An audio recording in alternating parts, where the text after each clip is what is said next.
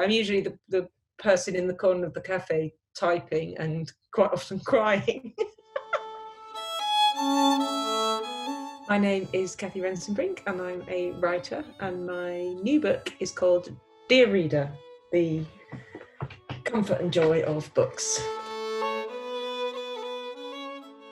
All my life, when things have got a bit difficult, I have turned to books, and it was very much the same at the beginning of lockdown. I felt very anxious, and in general, I'm very careful about how much news and social media I consume. And at the beginning of lockdown, I felt this need to be informed, so I was having lots of it, and then realised it was sending me to a pretty bad place, and I'm very, very, very anxious and starting to feel very despairing. And I thought, I've just got to cut off again. So again, I just sort of make an agreement with my husband that he'll sort of let me know if there's things I need to know, and then I start reading. Really, I turn my phone off, I turn my computer off, and if I'm using them for work things, I'm just disciplined about only using them during the day.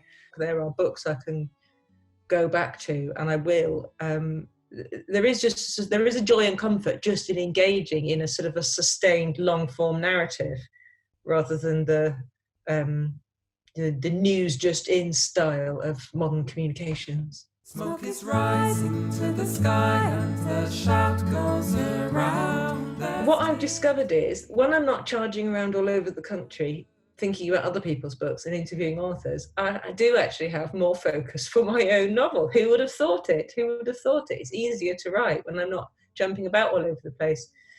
So yeah, it's all been about discipline, really, mental discipline. I've just been in a rock solid routine of I don't turn the world on until midday, and I write in the mornings, and it's been working from a writing point of view. I've got loads of writing friends who keep saying, like, I can't write, and I think they're a bit fed up of me, because I just say things to them like, well, I wouldn't be able to write. I was talking to a dear friend yesterday who said, I couldn't write today because I was cross about the Today programme. I said, look, if I listened to the Today programme, I wouldn't be writing a word.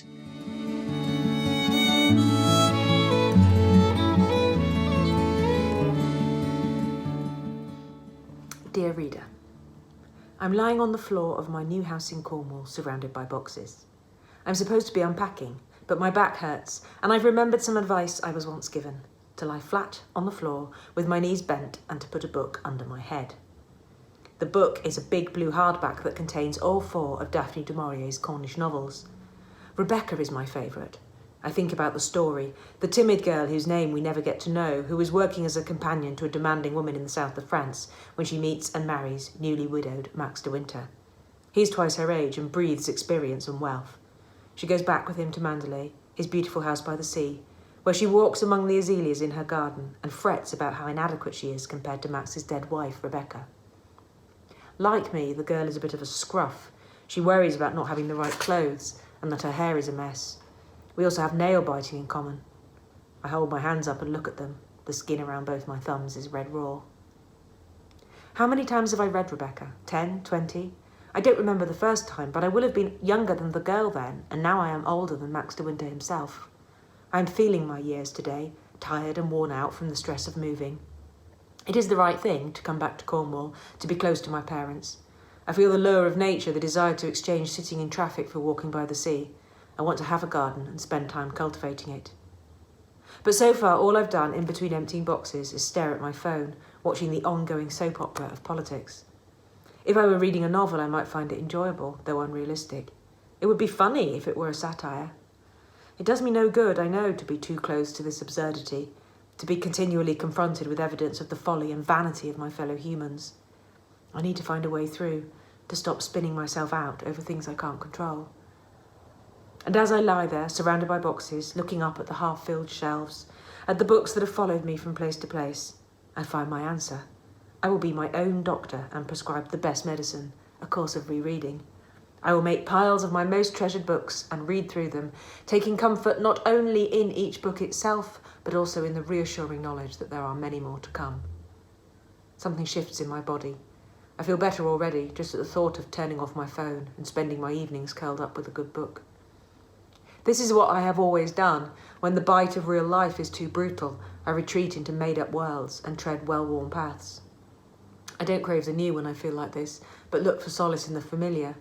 It is as though in re-encountering my most loved fictional characters, I can also reconnect with my previous selves and come out feeling less fragmented. Reading built me and always has the power to put me together again. I roll over to one side and pull myself up. Where shall I begin? I pick up the big blue hardback as I mull over my options. I feel Rebecca call to me with the promise of glamour and mystery, but then a slim volume on the top shelf catches my eye. My initial attempts at shelving have been chronological. I've been organising my books according to the age I was when I first read them. I'll do that. I'll start at the very beginning. I reach up and my journey begins. Thank you.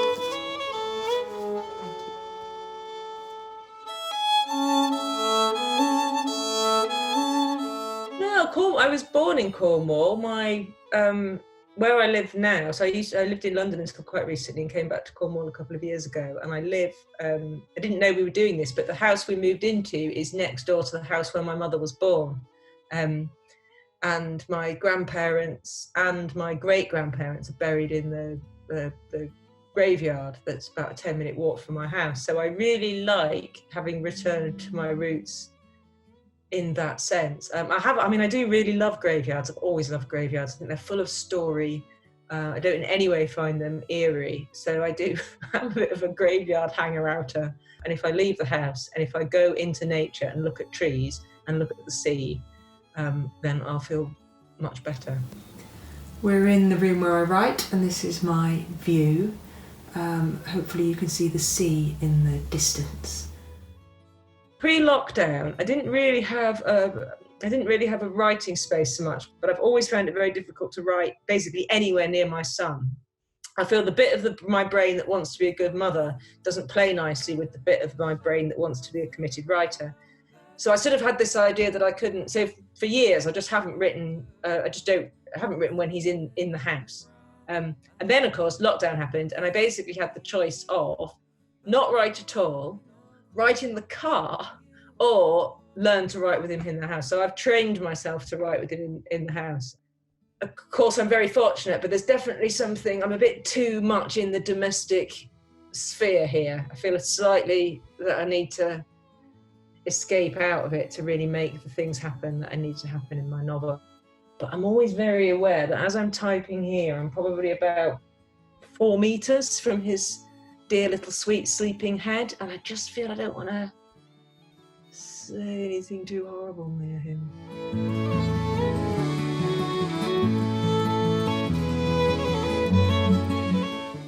I'll see you at the North Cornwall Book Festival.